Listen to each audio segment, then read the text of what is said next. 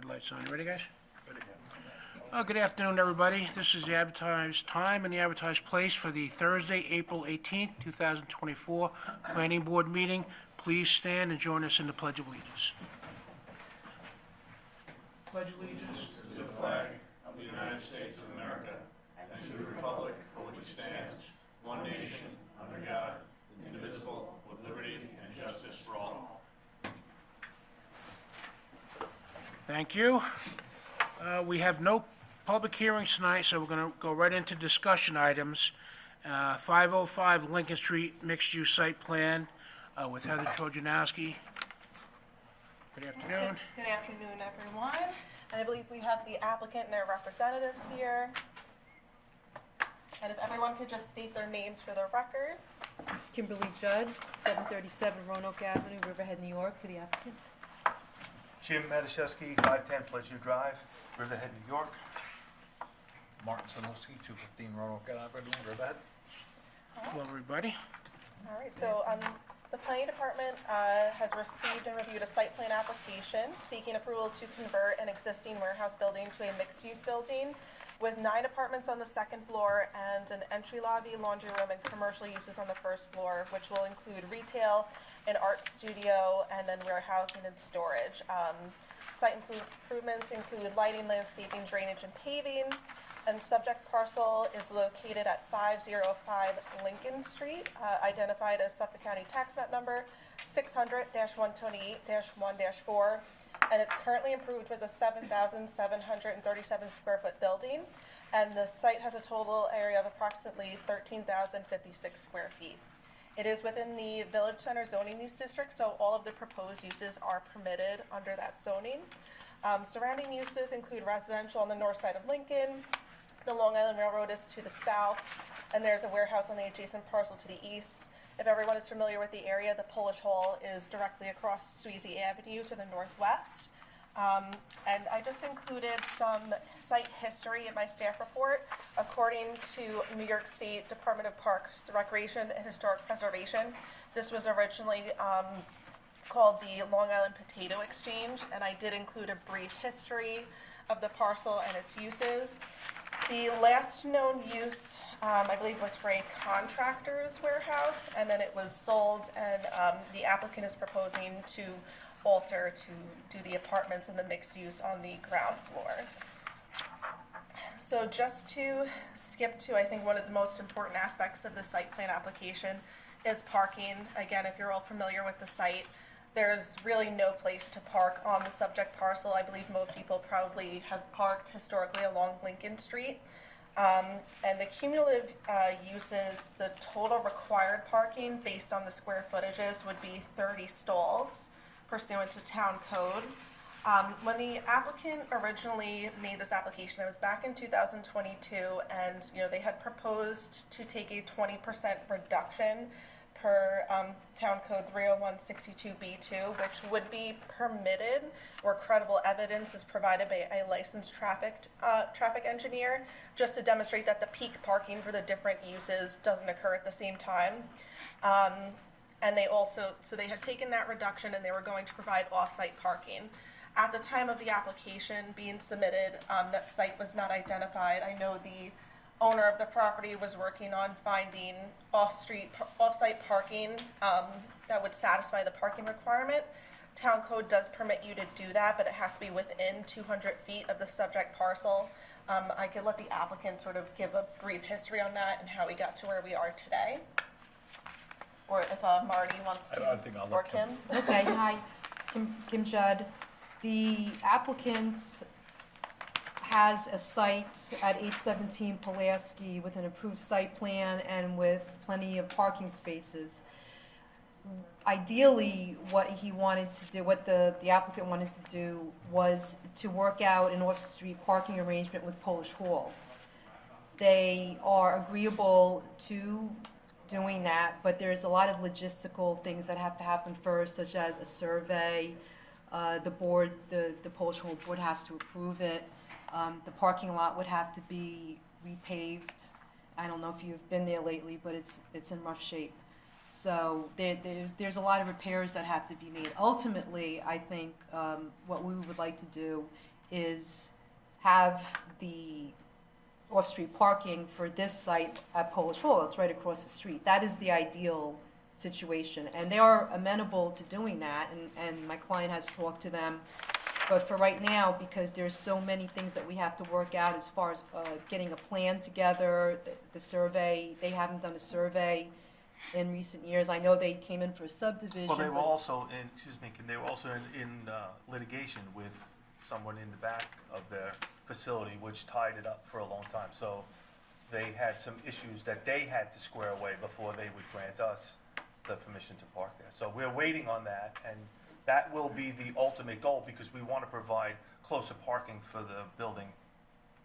You know, obviously make it more rentable to have parking across the street rather than 600 feet away. Where is your other property? 817 Pulaski, from the Quonset hut on Pulaski Street, the Long Long Island Island Brewery. Brewery property. Okay. And where we're building, currently in process of building a storage facility in the back. So they have plenty of additional parking. They've got an approved site plan. They've got formalized parking spots there. So that is the goal for right now, until we can get things squared away with Polish Hall, until they can get things squared away with the litigation that they're involved in. We're going to apply to the zoning board to use the off-street parking at the 817 Pulaski site. Yeah, and just to dovetail into that, so the design professional did provide a shared parking utilization plan that showed the distance from where they're proposing to utilize the 30 stalls at 817 Pulaski.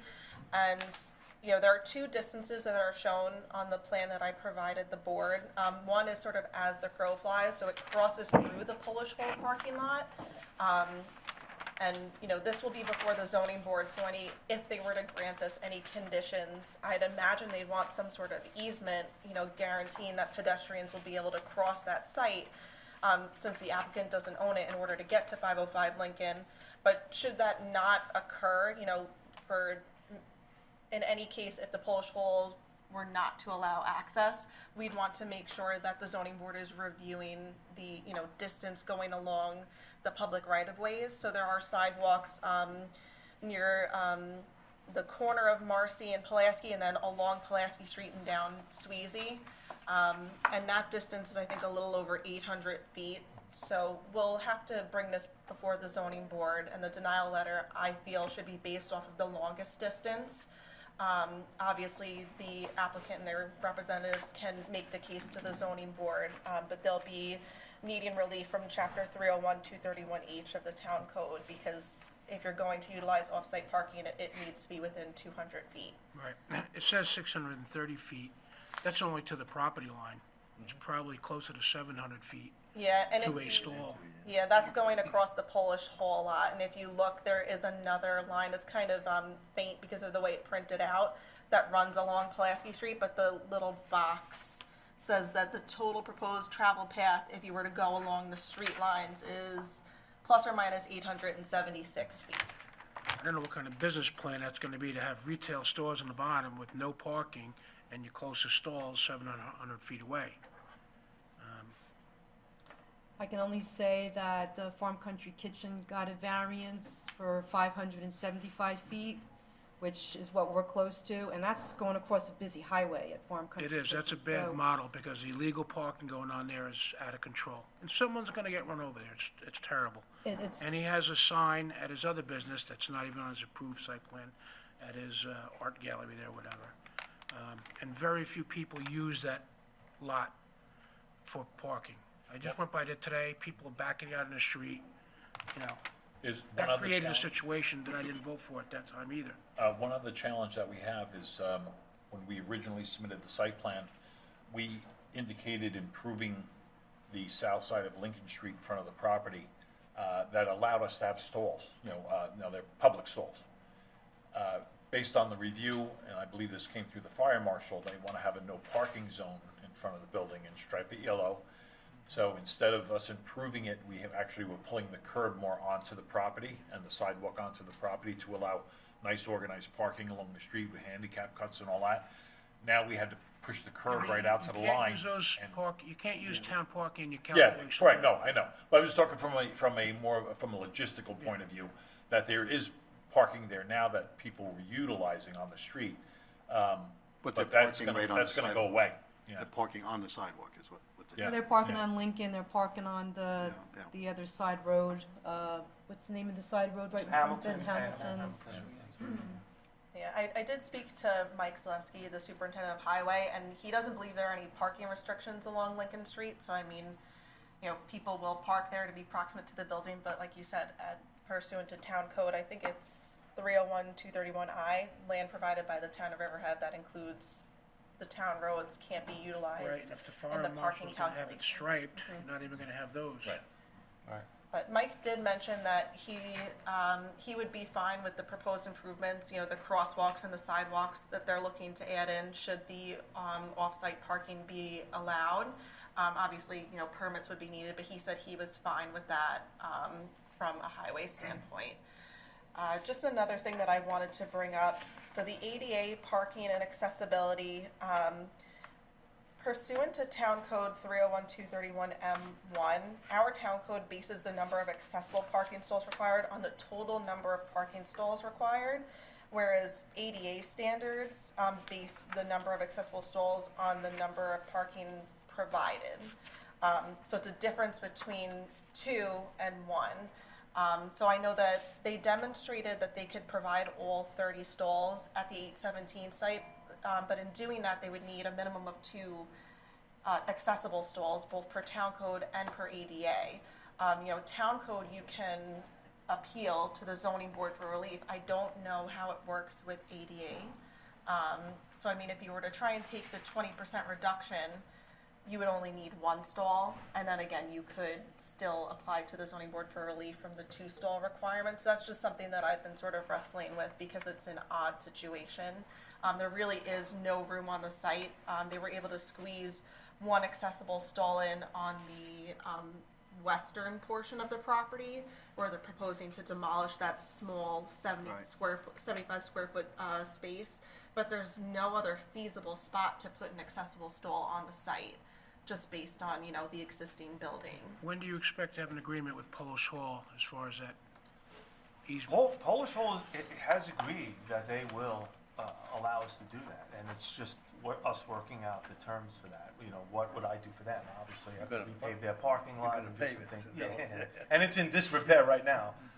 But in the meantime, you know, there's a lot of legwork that had to be done, so I said, Kim, let's continue, because I have 64 extra spots, additional spots, over my parking requirements at 817, which are not going to be utilized at all.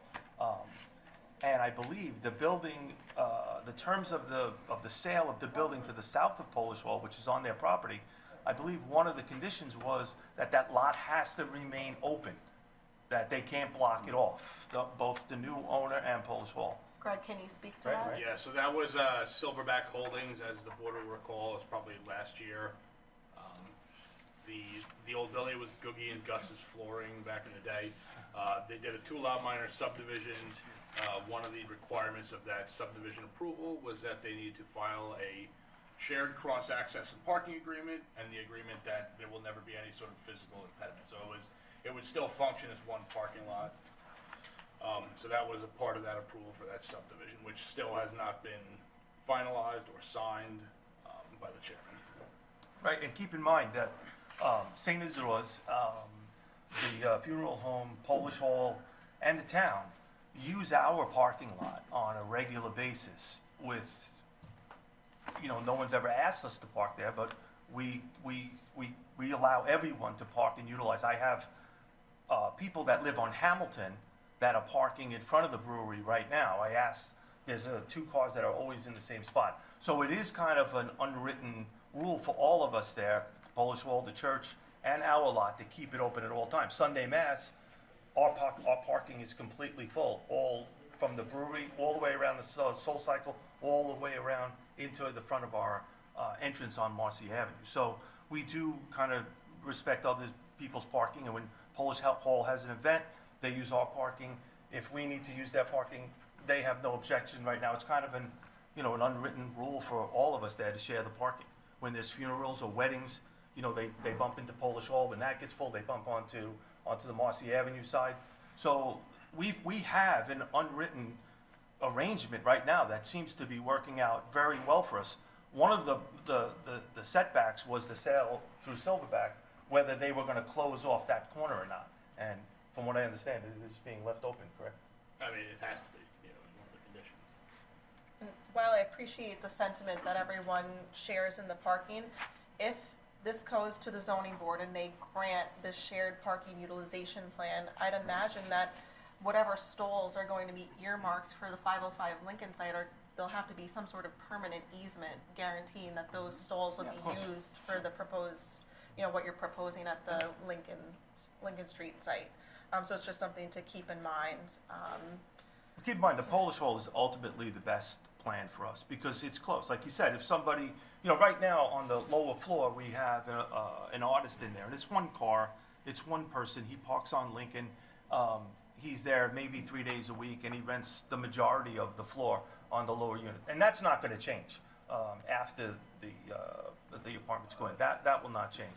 So it's one additional car lot plus however many cars for the 9 apartments. But ultimately, the distance from Polish Hall would be the best plan for us. But we're trying to get moving because of the length of time that it takes, and there's still a lot of legwork for us to do.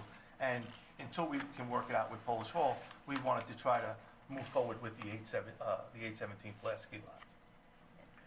So I guess we're gonna get a denial letter Yes. and then send it to the zoning board of appeals. And I mean, it doesn't change the fact that the proposed action is type 2 pursuant to SECR. It involves the reuse of a residential or commercial structure. And everything else that's in my report, you know, park and recreation fees, should it go through, you know, it's $5,000 per residential unit. And I just wanted to make a note, 301, 309 is not the correct section of code, it's 301, 304. We had a little hiccup in our E-code where all of the numbers were wrong. That's since been fixed, so I just wanted to make a note of that. But really, all of the other sort of details in my staff report, including landscaping, comments from the engineer, would be worked out after they go to the zoning board, because the project is really predicated on whether or not the zoning board would grant the relief being requested and what the conditions of such would be at this point. Now, Heather, what's the total? 30 parking spots are required for this project? Yes, based on all of the different uses and the square footages, it was calculated a total of 30 would be required. I mean, if they utilize the section of town code that allows you that 20% reduction, where a licensed traffic engineer could demonstrate that all of those uses are not using parking at the same time, I think the total number of spaces would be 24. Because Kim, I know the area, and Marty, there's no parking there whatsoever. And I called Greg, and the Polish Hole would be the perfect spot. I mean, that's relatively close to where, if you have groceries, you don't mind walking that far. But like Greg says, you need an easement, and I would never vote yes on 600 or 700 feet walk. You're not gonna walk that, especially if you have a small child, or if you have groceries, or whatever. That's a tough walk, and that's in good weather. So at this point, we would have to issue a denial letter, and they would go before the zoning board. My biggest question to the planning board is, are we going to go by the longer distance where the pedestrians would be traversing along Pulaski down Sweezy, or do we call out them crossing through the Polish Hall lot? I don't know how you can do that if you don't Yeah. have a That's written agreement. private- Yeah, private so, and property. that's what I had spoken with Anne Marie about. She's counsel to the zoning board. So I just want to, everyone be on the same page that that's what they'll be going to Well, the he zoning has board written for. a letter, the Polish Hall has written a letter, I gave you a copy of it, that said we have permission to have our tenants walk across their property to access to the lot. So Is that would be on a, the record? Because I didn't see it. Yeah, I mean, I Well, we could, haven't even had a public hearing Yeah. yet, so, but she has I could provide you the with letter. copies. Are you saying that if you get the agreement from Polish Hall, that you can park there? Yeah. Or you can get access there? Oh, we can park there. We can get access or park, whatever letter we need. Well, there's a big difference between the distances. Yeah, Yeah, but keep in mind, with 9 apartments, and yes, we need the required parking of 24, But Hamilton Street, Sweezy, people park on it now, and some of those people will be parking on those roads. I mean, there's no, you can't think that they're not going to park directly across the street from the building where there is overnight parking, and there is parking, and to say they're not. When you say you got 600 feet with a baby, no kidding, but, you know, there's also spots directly across the street. Right, but there's no guarantee that those spots will always or Correct. anytime be open. Right. Correct. And I don't disagree with that argument, but you can't just throw the code out the window and say, here, we have some street. That's why we're really pushing to get Polish Hall, because we can meet the requirement, the statute, and then parking, like I said, it is an open parking area that we all kind of share, and I think that would be the best application for us, for sure. Yeah, the idea initially was to have them come in for an administrative site plan to improve the Polish Hall lot and then move forward with this application. They still would have needed relief from 301, 231H because Polish Hall, even though it's a commercial structure, is within a residential district. The zoning is RA 40, and that section of code actually doesn't allow the parking spots to be located in any residence district. And we all, knew that, but again, because it's taken such a long time, the applicant has decided to go forward with this plan. Okay, well, Any other Tonight, comments Sunday? besides the parking? not for me. I just have One question, what are you going in front of the zoning board for? For the The distance. distance. Oh, to allow that? Joe? I saw on the plan there that one of the units was over by like 500 square feet. Wasn't there a requirement of 600? Oh, that- are you not in thinking the this. accessory apartment code, or? Yeah, that is accessory apartment is 600. Yeah, I don't think there's a, There's size restrictions on apartments, I know in the DC1 zoning district, but I don't believe there are. in Village Center. I'll double check, I don't think there's any requirements in Village Center. Yeah, I went through the village center code sections. I didn't see a minimum floor area As long in as it village meets center. the minimum requirements for building code as far as room sizes and egress are concerned. Okay, nobody has any other questions? Well, if you're gonna get if you do get it from the zoning board, what you're looking for, is there any kind of lighting that you'd provide for people walking that distance in the evenings?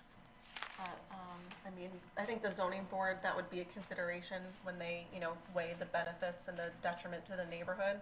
If they were to grant it, I can't speak as to what they would condition, but if the planning board, wanted additional lighting, that's something that we'd probably have to work out with highway and street lighting division as well. I think if a young woman with small children coming home in the evening, There is street light now, I think, on the pole in front of the building, and it would depend on what was done at Polish Hall. Our new parking lot that we're putting in now, right? it's very well lit. Yeah. Okay, well, I'm just talking about, where it's lit the entire distance, that there's no dark spots, because it is quite a distance. Right. Anything else, gentlemen? All right. Okay, Just thank you, wanted Heather. to introduce it to the board and get the ball rolling. So Okay. Thank you. Look, my friend. Thanks, Heather. All right, moving right along. Comprehensive plan update with Matt Charters. An update on the update.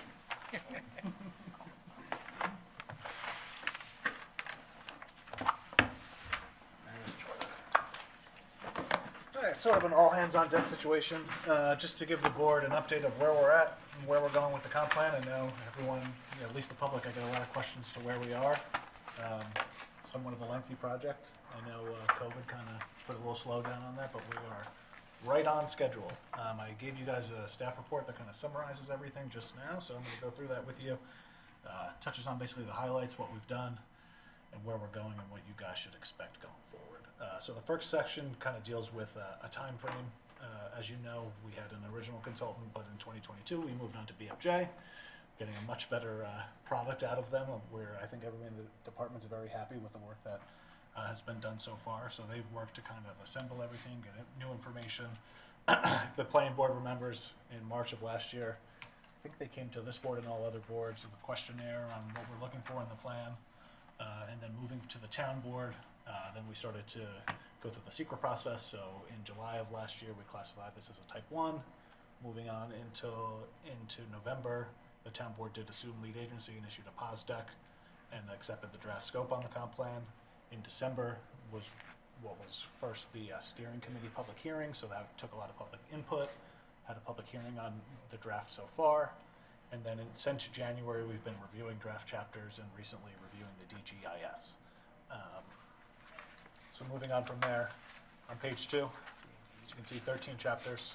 The most relevant for this board is going to be future land use. All good stuff, I think, is coming our way. So I added some highlighted sections of what I think is good, what's changing, what's coming for you. So in terms of industrial areas, we're going to be looking at a new industrial zone. So this will be Calverton Industrial. So this is the old Industrial A, Industrial C will become one district. The FAR, Are they including industrial on the north side of 25? as of now, yes, and that's my next section. Oh, sorry. That's okay. So the FAR in the new CI district will be reduced. Well, that's the recommendation from 0.4 to 0.25, but still have the ability to go to 0.3 with the use of TDR. So we wanted to make sure in the plan that there's a better market for TDRs. And so our recommendation is industrial zones, probably a good place to land them. It's where people are needing an additional height, stuff like that. All in all, coverages are going to be down in that zone. They will be able to do an increased height. Right now, it's limited to 30. It's proposed to go to 40, but using pyramid law. So basically, if you wanted to go up to 40, you'd have to use TDRs, but then the building would have to be set back further back from the road. So the idea that the further back you get, the less of a visual impact you're going to have, along with buffering requirements, stuff like that. The next section, so this will be industrial areas outside of the Calverton Industrial District, which is, Ed, you brought up, so this is north of 25. This would be, so light industrial. So a little bit less intense, we're thinking like special trade, contractor uses, stuff like that, storage. Not as heavily as industrial zone would actually prohibit any of the heavy industrial uses that we currently see. And again, similar, so the coverages, the FAR, that's all going to drop in this new zone, should it be adopted. Moving on to number 3, we have TDR recommendations. We're going to change the TDR formulas in certain areas. New sending areas, RB80 and RA80 will be added as sending areas. They're currently only receiving areas. What the idea is, there's a lot of farmland in these areas that's worthy of preservation, so why not make it a sending area as well? There's a proposal for an assisted living overlay zone, so this will be bounded by Route 58, Middle Road, Northville Turnpike, and Osborne Avenue. A developer, if they did come in for assisted living, they'd have to utilize TDRs, and it would have a lot coverage not to exceed 30% even with TDRs. And then on 58, really just to make it look better. So we want to see better landscaping, more walkability, probably reducing parking requirements, because our parking requirements are pretty high. Yeah. If you notice, we have, on some of these older developments like Home Depot, there's a sea of asphalt. I don't think anybody wants to see that. Those parking lots are never full. And then on to the last page, hamlet areas, just to incorporate design guidelines into those areas, just so we have like a look and feel for each one of our hamlets. And it'll, it makes our job easier, it makes developers' jobs easier. We want to make sure any kind of commercial that's coming into these hamlet areas is going to really mesh with like the vernacular of the area. So we don't want any weird buildings that don't really make sense for our smaller commercial areas. And then in terms of code cleanup, we're looking at added a use table. So we actually have a better definitions of what uses are allowed in each zoning use district. So again, this makes things easier for us and developers. That's pretty much it. So going forward, all the work we've done so far, all the draft chapters, they're up. They're on the town's comprehensive plan website. The town board very shortly is going to be getting the DGIS and the draft plan. Once the DGIS is accepted, it's going to go out to interested agencies. The planning board is an interested agency. So it'll probably behoove the board to review those documents once it's transmitted and come up with some comments, on the appropriateness or anything that needs to be changed. So that'll be in the next couple of weeks. When's an approximate ending date? August. That's my last point. So we're right on schedule. Yeah. For FDGIS, the finding statement and the comp plan adoption at the end of Great. in August of this year. Matt, quick question. On all that extra parking that you have in front of Tanger, Home Depot, are you guys going to allow maybe a small business? Maybe a satellite or something? I mean, it would depend. So they'd have to demonstrate whatever we, so. Where it wouldn't take up, So, the parking would be there, so but, just to bring everyone up to speed, so the comp plan is gonna be a broad policy document with recommendations to change code, to change policies in the town. So after we adopt the plan, then like the really fun work happens of adopting all the code changes. So one of the code changes would probably be to change parking requirements and make them less, less burdensome in those areas. So if they could meet the new parking requirements, then yeah, I think, and coverage requirements, they could do pad sites and stuff like that in those parking Okay. areas. Did you say that DGIS would be out and finished by August? The Or the final- plan? everything's gonna be done at the same time. And the DGIS will be done in the next few weeks. So the town board's gonna get that, Okay. soon. And once it's accepted, it's a very Yeah, then we're really strict just timeline bound by secret. bound by secret and the adoption policies for comp plans and town law. That's it. It's coming to a close, I think, which is everybody's very excited about. It's a lot of good stuff. So that's kind of what's happening in the background. You guys have any questions? No? Keep at it. Anybody else? No? Good. Good job, Plugging everybody. along. Yeah, That's Pretty good. It's been taking up a lot of our time lately, but, maximum push on this. Yeah. All right, at this point, we're gonna have public comments on resolutions. Not too many takers today. Okay, let's go right into resolutions. Okay, I'll move resolution number 24, 030, granting approval for preliminary plat on printed places, 25 lot major subdivision. so moved.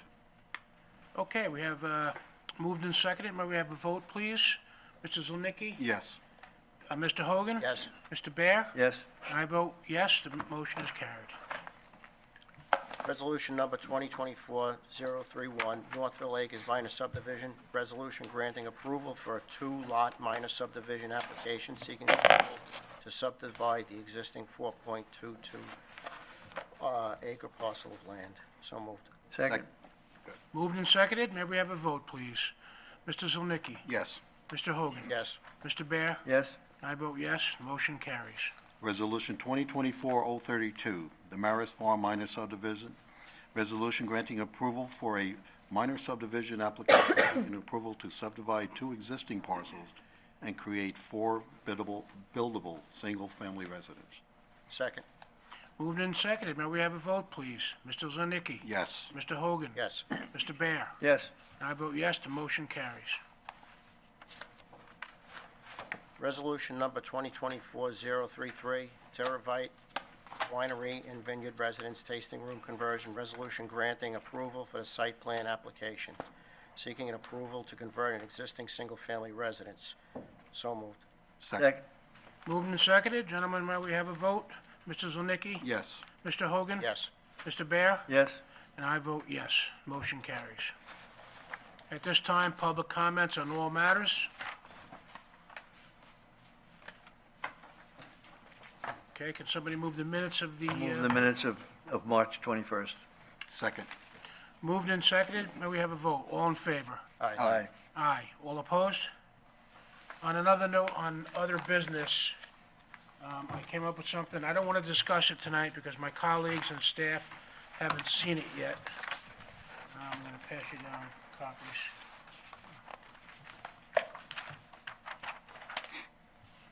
Staff, I have them for you too. Oh, thank you. Thank you. The thought is to put this on as a discussion item at our next meeting. The issue would be one-way traffic on Second and Third Streets. The possible benefits could be reducing congestion on Second Street, increased parking by adding on-street parking on both sides of the road on Second Street and Third Street. If the board would discuss it at the next meeting, if we think it's a good idea, our course of action will be the planning board agrees and send it to the town board for resolution recommending that they have a traffic and safety committee study the issue. So, nothing, not a big deal, just, Just a question. Are you talking about all the way along no, Just that one The- block, Yeah, the traffic engineers can do much better than me, but I thought at a but just this minimum, block. this way and that way, because there really is a traffic congestion and a parking issue there. Now we're gonna have parking on both sides of the street. But take it, hash it up, next meeting we'll discuss it and, see what you guys think. Got it. Thank you. The next meeting date is Thursday, May 2nd at 6 o'clock. Hope you can all make it. Staff, as usual, everybody did a great job, board members. Yep. Thank you. Motion to close, somebody? Second. I'll make the motion. Okay, moved and seconded. All in favor? Aye. All opposed? Have a great weekend, everybody.